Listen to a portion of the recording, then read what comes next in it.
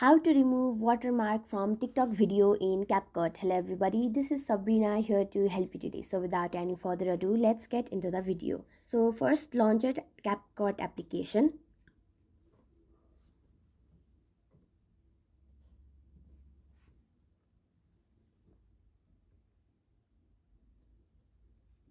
Then tap on new project and extract the TikTok video from where you want to remove the watermark.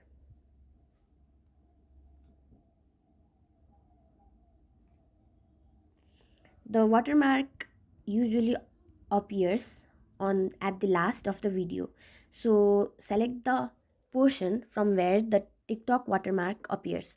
Let's say it appears from here. Then simply tap on split and you have to tap on the splitted section, the last splitted section, and tap on delete.